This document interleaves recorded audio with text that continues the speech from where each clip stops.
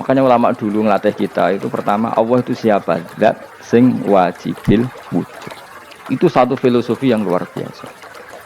Nah, kemudian setelah itu ada setan-setan kecil yang nganggur, yang iseng. Nah itu nggak usah kamu perhatikan. Tinggal delok TV, ngopi, terus tinggal nyate kelata. Enggak saya tamak, pingsan sih. Sokor-sokor stres sih. Dugaan saya setan saya itu pingsan, kurang gizi. Karena memang setelah itu setan itu goda gini. Lalu sebelum Allah jangan-jangan ada wujud yang lain. Lalu Allah sendiri awal mulanya gimana? Kata Nabi, jika ada pertanyaan seperti itu kamu harus berhenti.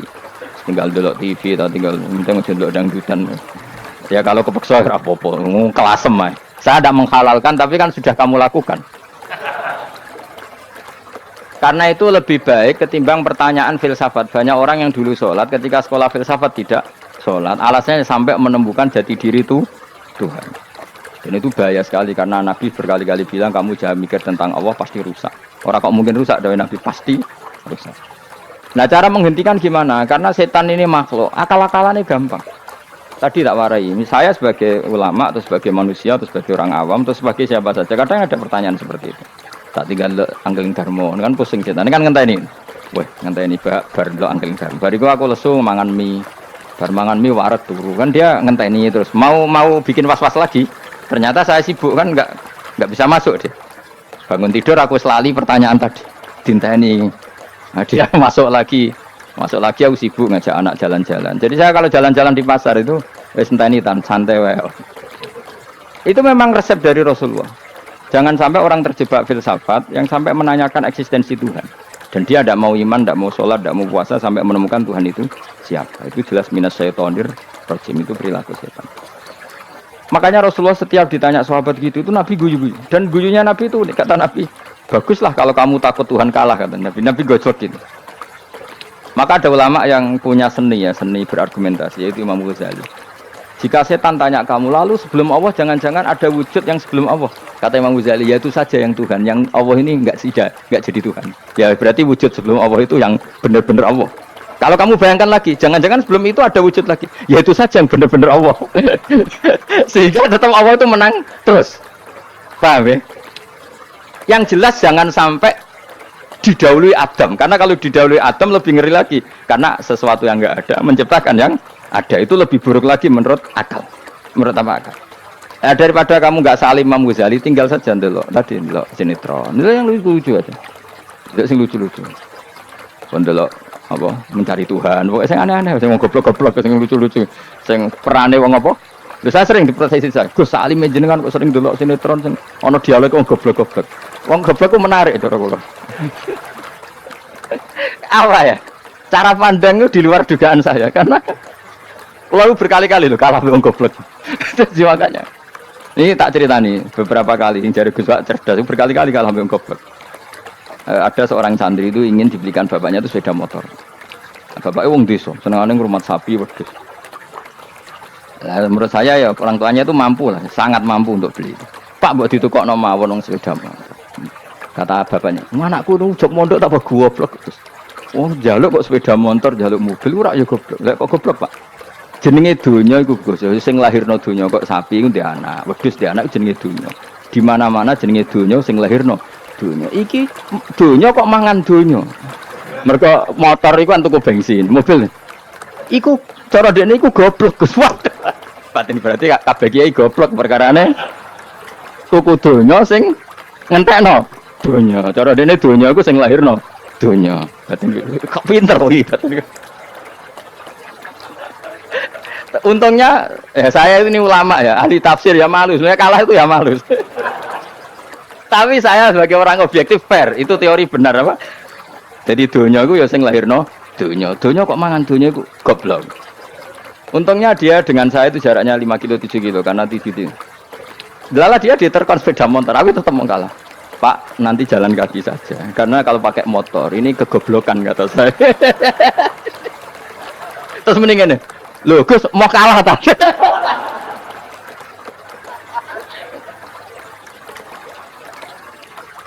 Wah kacau. Singkat cerita dia bersikeras, nggak mau beliin sepeda motor anaknya karena di mana-mana dunia gue sing lahir no dunia, nggak boleh dunia kok mangan. Ini satu kegoblokan yang agak ilmiah tadi. Nah, Imam Asy'ari juga mengalami hal yang sama. Imam Asy'ari itu punya, kita kalau ahli sunnah kan dua partai. Ya, di dalam ahli sunnah itu hanya ada dua partai juga. Kalau nggak Asy'ari ya Maturidi. Dan sama-sama alim. Ya kalau terpaut ya paling 5%, 7% ya. Kealimannya Asy'ari dan Maturidi.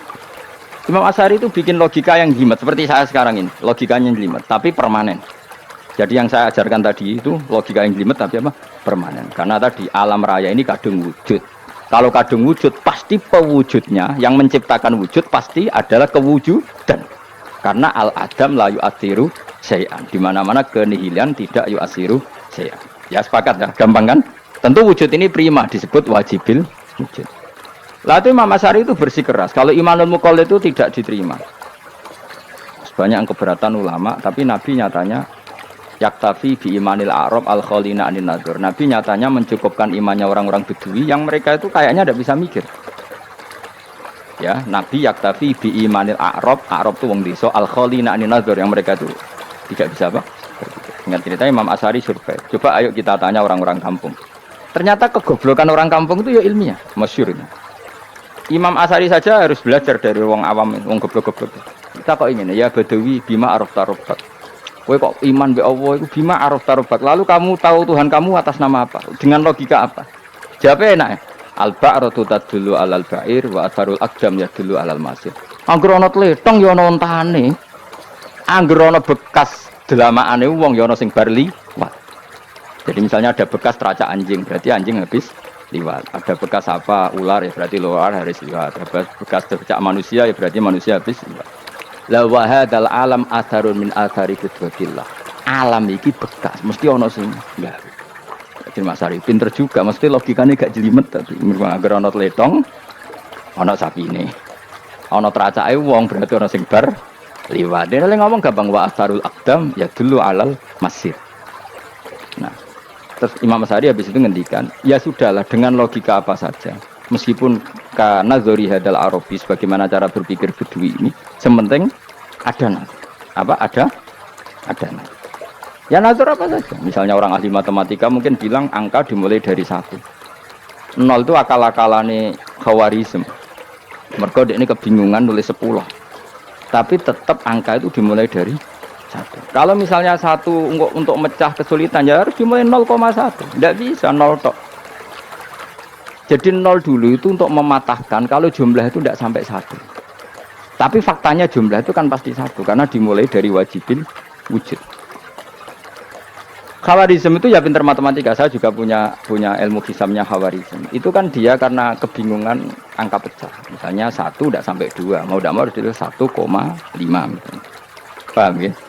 Nah, lalu kalau sebelum 1 tetap dia harus 0,5. Lalu hakikat 0,5 itu kan bagian dari wujud apa bagian dari adam?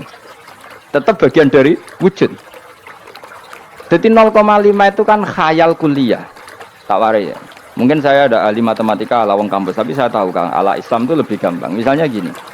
Sesuatu itu kadung kamu putuskan itu satuannya 1. Tentu ketika separuh kamu katakan baru separuh. Tapi sebetulnya ketika satuan itu kamu katakan 10, yang separuh itu sudah 5. Itu kan terserah sing bagi, napa? Terserah sing bagi. Ya iya dong, misalnya 1 juta, 5-nya artinya apa coba? 500.000 kan. Sekarang kalau 100.000, 5-nya jadi berapa? 50. Kalau 1,5 jadi. Nah, itu kan terserah satuannya apa?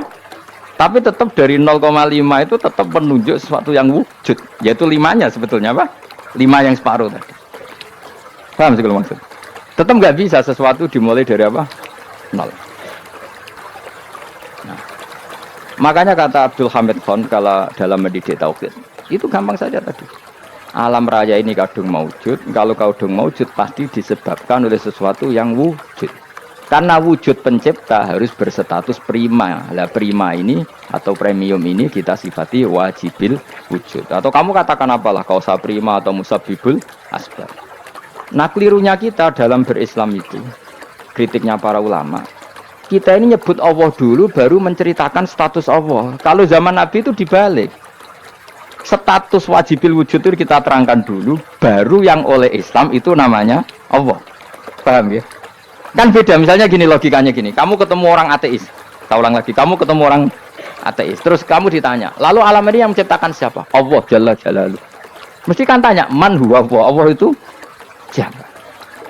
Kalau dulu Islam mengajarkan enggak gitu. Surat pertama turun apa coba?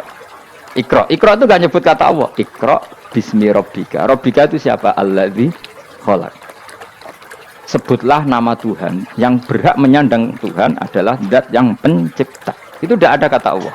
Di surat Mudatsir, surat kedua. Ya ayyuhal mudatsir kum fa'anzir wa rabbaka fakabbir. Bukan Allah fakabbir, wa rabbaka fakabbir. Sehingga cara berpikir gini dibalik. Sebutlah Tuhan kamu.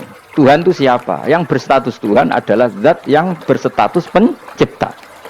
Nah, lalu pencipta ini oleh Islam dinamai Allah. Kalau orang ateis kamu langsung bilang Allah, man huwa Allah, berarti pertanyaannya Allah itu siapa? Lalu kamu jelaskan Allah adalah pencipta. Allah adalah wajibil wujud.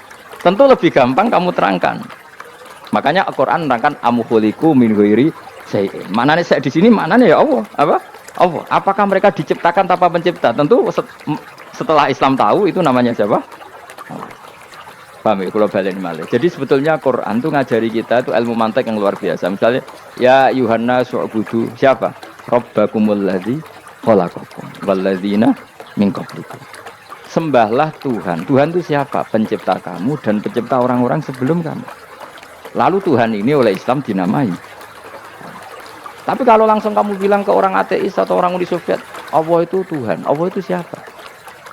Sebab itu di beberapa ayat dijelaskan dulu status Allah, sifatnya Allah, keakhasan Tuhan. Yang dikatakan Tuhan adalah zat kalau tidak pencipta berarti tidak Tuhan. Sekarang Yesus pencipta bumi apa enggak? Enggak, karena dia lahir sudah di bumi. Begitu juga Fir'aun. Fir'aun itu kalah telak sama Nabi Musa ya gara-gara logika ini. Ketika Nabi Musa ditanya Fir'aun, "Wama Rabbul Alamin?" Lalu Tuhan itu siapa?